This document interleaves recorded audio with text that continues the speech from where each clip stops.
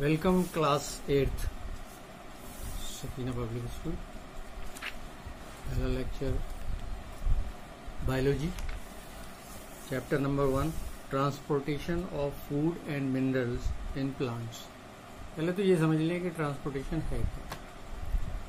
देखिए, एनिमल हों या प्लांट्स हों, उनको कुछ चीज़ों की लगातार ज़रूरत होती है। फूड, ऑक्सीजन, मिनरल्स, वाटर, ये ऐसी चीजें हैं जो हमेशा सही तरीके से बॉडी काम करती है, इसके लिए जरूरत पड़ती है। तो या तो सब्सटेंसेस को, जैसे प्लांट है तो प्लांट में सब्सटेंसेस को तो अंदर ही प्रिपेयर किया जाएगा, जैसे फूड, या सॉइल से एब्जॉर्ब किया जाएगा, जैसे वाटर और मिनरल्स। तो इन सबको एब्जॉर्ब करने के लिए कुछ दूसरी जगहों पर पहुंचाना, जैसे रूट्स ने जो सॉइल से वाटर और मिनरल्स को एब्जॉर्ब किया है, इन सब्सटेंसेस को ऊपर शूट सिस्टम में पहुंचाना है। शूट सिस्टम में लीव्स तक पहुंचाना है, और लीव्स में तैयार होने वाले खाने को, फूड को, प्लांट की बॉडी के तमाम हिस्सों तक पहुंचाना है। तो इसके लिए उनके पास कुछ टिश्यूज होते हैं जिनका नाम है कंडक्टिंग टिश्यूज। क्लास 7th में पढ़ा होगा आपने। जो परमानेंट टिश्यूज हैं उनमें जो कैटेगरी है वो प्रोटेक्टिव टिश्यूज की है, protective permanent tissues, supportive permanent tissues और conductive permanent tissues. Conductive permanent tissues का काम है, डेड टिश्यूज है, इनका काम है, और इनमें दो नाम लिए जाते हैं, जाइलम और फ्लोएम। जाइलम सॉइल से और प्लांट की टिप तक चीज़ों को कंडक्ट करने के लिए, जैसे सॉइल और मिनरल्स हैं, वाटर और मिनरल्स हैं, और फूड मटेरियल को जो कि लीव्स में तैयार है, प्लांट के पूरे पार्ट में पहुंचाने के लिए फ्लोएम का इस्तेमाल किया जाता है, जो भी कंडक्टिंग टिश्यूज है। तो कंडक्टिंग टिश्यूज में जो जाइलम है, उनमें जो मेन एलिमेंट हैं वो ट्रैकीड्स और वेसल्स हैं, डेड टिश्यूज हैं।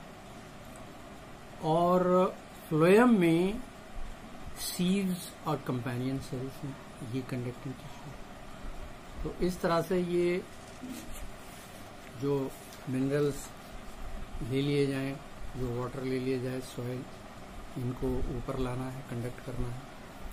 तो इन मटेरियल्स का कंडक्शन, चाहे वो डाउनवर्ड टू अपवर्ड हो या अपवर्ड टू डाउनवर्ड हो, डाउनवर्ड टू अपवर्ड मतलब सॉइल से शूट सिस्टम तक, और डाउनवर्ड शूट सिस्टम से रूट्स तक खाना पहुंचाना, ये ट्रांसपोर्टेशन। तो हमारे चैप्टर का नाम है transportation of food and minerals in plants. तो प्लांट्स में सॉइल से एब्जॉर्प्शन हो, एब्जॉर्प्शन मतलब जज्ब करेंगे वहां से, और जज्ब करने के लिए उनके पास रूट और रूट हेयर्स।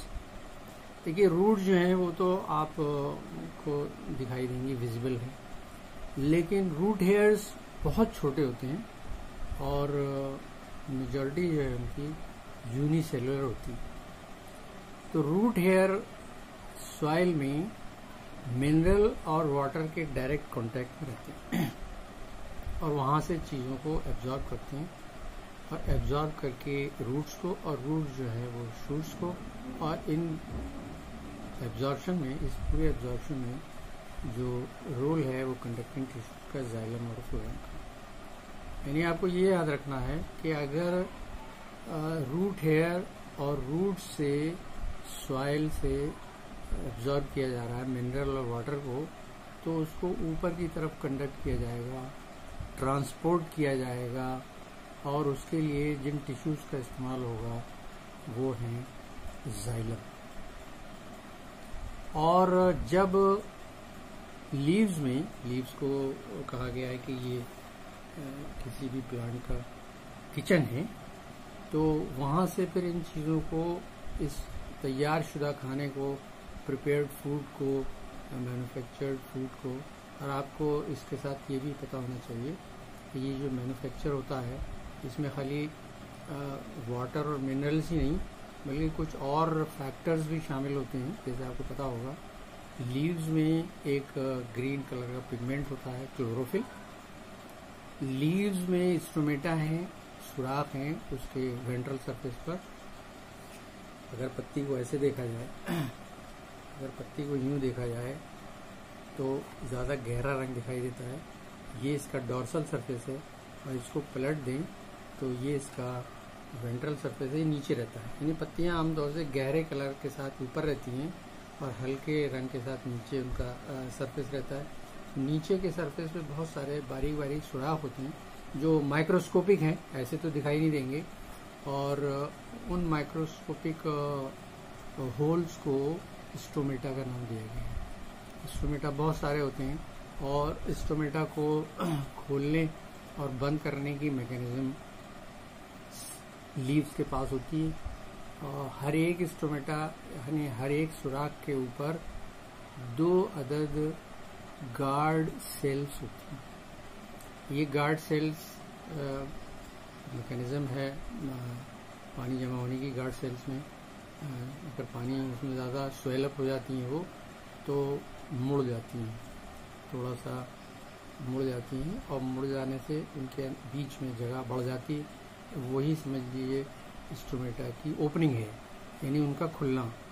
और जब ज़रूरत होती है कि और कार्बन डाइऑक्साइड को अंदर लेना है या पानी को एवापोरेट करना है, वेपर्स को बाहर निकालना है, तो ये लीव का अपना काम है। ये 7 क्लास में 6 क्लास में हमें पढ़ा होगा। लीव के 3 बड़े इम्पोर्टेंट काम हैं। स्टोमेटा का खुलना बंद होना, ये 2 काम बहुत इम्पोर्टेंट करता है। एक तो excessive quantity of water inside the plant, उसको एवापोरेट कराने का काम करते हैं, ट्रांसपिरेशन कहलाता है। और दूसरा इम्पोर्टेंट काम है एटमॉस्फेरिक कार्बन डाइऑक्साइड को कलेक्ट करना, क्योंकि फोटोसिंथेसिस या खाना बनाने में लीव्स को जो फैक्टर्स चाहिए, जो चीज़ें चाहिए, उसमें एक तो सबसे इम्पोर्टेंट है कार्बन डाइऑक्साइड।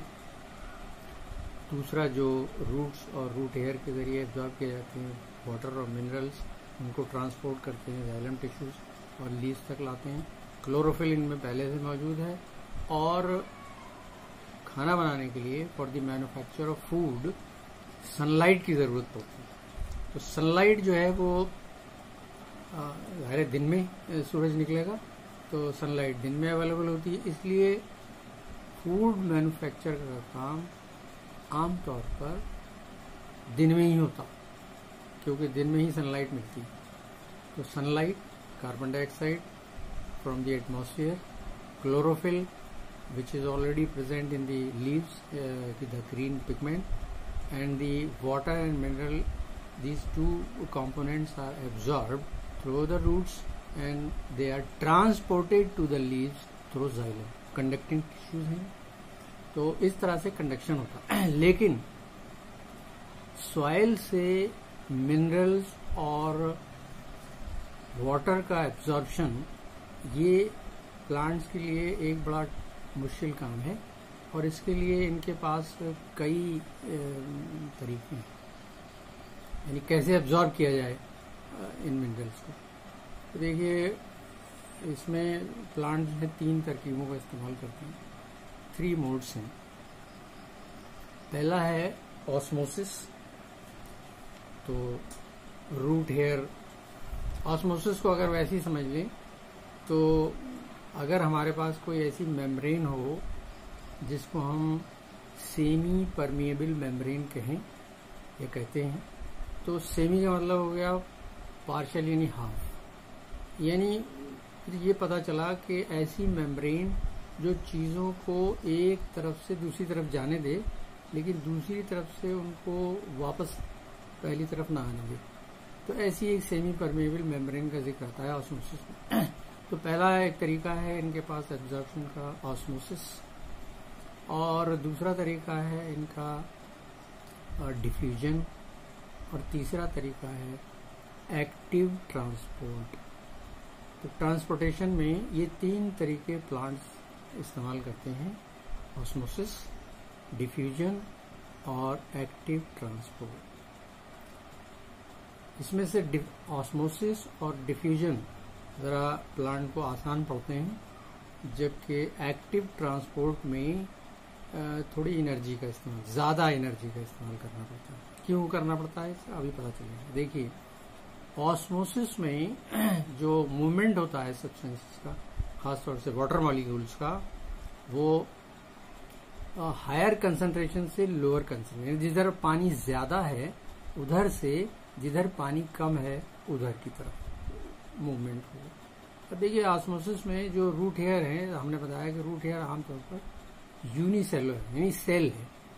तो सेल के अंदर जो पानी है, जो वाटर मॉलिक्यूल है, उसके साथ बहुत सारे और दूसरे सब्सटेंसेस भी मिले हुए। सेल है तो सेल के अंदर जाहिर है कि साइटोप्लाज्म होगा, साइटोप्लाज्म होगा तो बहुत सारी दूसरे सब्सटेंसेस और दूसरे स्ट्रक्चर्स भी होंगे, ऑर्गेनेल्स होंगे, तो वहां पर कंसंट्रेशन ऑफ वाटर कम होगा। और सॉइल में वाटर कंसंट्रेशन ज्यादा है, तो यहाँ पर ऑस्मोसिस में जो पानी है, वाटर मॉलिक्यूल हैं, they will start moving from the higher concentration, मतलब from the soil to the lower concentration, मतलब वो रूट हेयर जो एक सिंगल सेल की शक्ल में है, जिसके अंदर वाटर का कंसंट्रेशन कम है। तो हायर कंसंट्रेशन से यानी सॉइल से लोअर कंसंट्रेशन यानी रूट हेयर के अंदर दाखिल होता है। एक बार ऐसा हुआ, एक रूट हेयर में अगर वाटर कंसंट्रेशन बढ़ जाए, पानी की मिकदार बढ़ जाए, तो उसके बाद वाली सेल में पानी की कंसंट्रेशन या पानी की मिकदार कम है, तो जाहिर है कि अब जो वाटर मॉलिक्यूल का मूवमेंट होगा वो पहले वाली सेल, जिसको रूट हेयर हम कह रहे हैं, उस रूट हेयर से वो पानी या वाटर मॉलिक्यूल का मूवमेंट शुरू हो जाएगा दूसरी सेल की तरफ, जिसके पास वाटर का कंसंट्रेशन कम है। और इन दोनों के बीच में जो सेमी परमेबल मेम्ब्रेन काम करेगी, वो सेल की सेल वॉल हो। तो इस तरह से दूसरी सेल में कंसंट्रेशन बढ़ेगा। इस बीच में रूट हेयर में फिर से कंसंट्रेशन बढ़ जाएगा, क्योंकि वो सॉइल से वाटर एब्जॉर्ब कर लेगा। तो सॉइल से वाटर एब्जॉर्ब करके अपना कंसंट्रेशन बढ़ाया, अपना कंसंट्रेशन बढ़ा के अपनी पास वाली सेल का कंसंट्रेशन बढ़ाया, तो वाटर मॉलिक्यूल का मूवमेंट हो रहा है अपवर्ड। उसके बाद दूसरी के बाद तीसरी सेल के साथ यही होगा, और चौथी सेल, और ये सब सेल जो है आगे आगे बढ़ाती जाएंगी वाटर मॉलिक्यूल को। तो इस तरह से ऑस्मोसिस में हायर कंसंट्रेशन से वाटर मॉलिक्यूल का मूवमेंट हायर कंसंट्रेशन से लोअर कंसंट्रेशन की तरफ हो रहा है, यानी सॉइल से वाटर मूव कर रहा है रूट हेयर में, रूट हेयर से उसके पड़ोसी सेल में, और उसकी पड़ोसी सेल से उसकी पड़ोसी सेल में, इस तरह से ऊपर और आगे वाटर मॉलिक्यूल, और इनके साथ मिले रहते हैं मिनरल्स, और इस तरह से मिनरल्स का और वाटर का मूवमेंट अपवर्ड होता रहता है। और ये जो टिश्यू इसमें वर्क करते हैं, जो सेल के ग्रुप है वो काम करते हैं, वो है जाइलम टिश्यूज। दूसरा तरीका है डिफ्यूजन का। डिफ्यूजन में सब्सटेंसेस का कंसंट्रेशन देखा जाता है। अगर सब्सटेंसेस का, मान लीजिए मिनरल आयंस हैं, मिनरल आयंस का कंसंट्रेशन ज्यादा है सॉइल में और सेल में कम है, तो ये मूव करेंगे from the soil to the root hair. और डिफ्यूजन के बारे में एक बात आप ध्यान में रखें कि डिफ्यूजन दो ही जगह होता है, या तो लिक्विड में होता है या फिर गैसेस में होता है। तो इसमें एनर्जी का इस्तेमाल बहुत नॉर्मल होता है। और तीसरा तरीका है कि कंसंट्रेशन ग्रेडियंट के खिलाफ, अगर सेल को किसी मटेरियल की, किसी सब्सटेंस के मॉलिक्यूल की जरूरत है और वो उसको लेना चाहती है, तो उसके लिए जो तरीका सेल इस्तेमाल करेगी वो है एक्टिव ट्रांसपोर्ट। इसमें ज़रा एनर्जी ज़्यादा लगानी पड़ती है, क्योंकि इसमें कंसंट्रेशन ग्रेडियंट की मुखालफत करना पड़ रही है। कंसंट्रेशन ग्रेडियंट को ओवरलुक किया जा रहा है, तो ज़्यादा ताकत की ज़रूरत पड़ेगी, ज़्यादा एनर्जी की ज़रूरत पड़ेगी। और ये इसलिए ज़रूरत पड़ रही है कि सेल को कुछ सब्सटेंसेस को लेना ज़रूरी है, वो ज़रूरी समझती है, इसलिए तीसरा तरीका इस्तेमाल होता है एक्टिव ट्रांसपोर्ट का। तो आज का पहला लेक्चर इतना याद रखिए और डायग्राम देखिएगा, रूट हेयर के डायग्राम देखिएगा, और इसमें थोड़ा सा प्रोसेस के बारे में भी दिया हुआ है, पढ़िएगा। और उसके बाद दूसरा लेक्चर इंशाल्लाह इसके बाद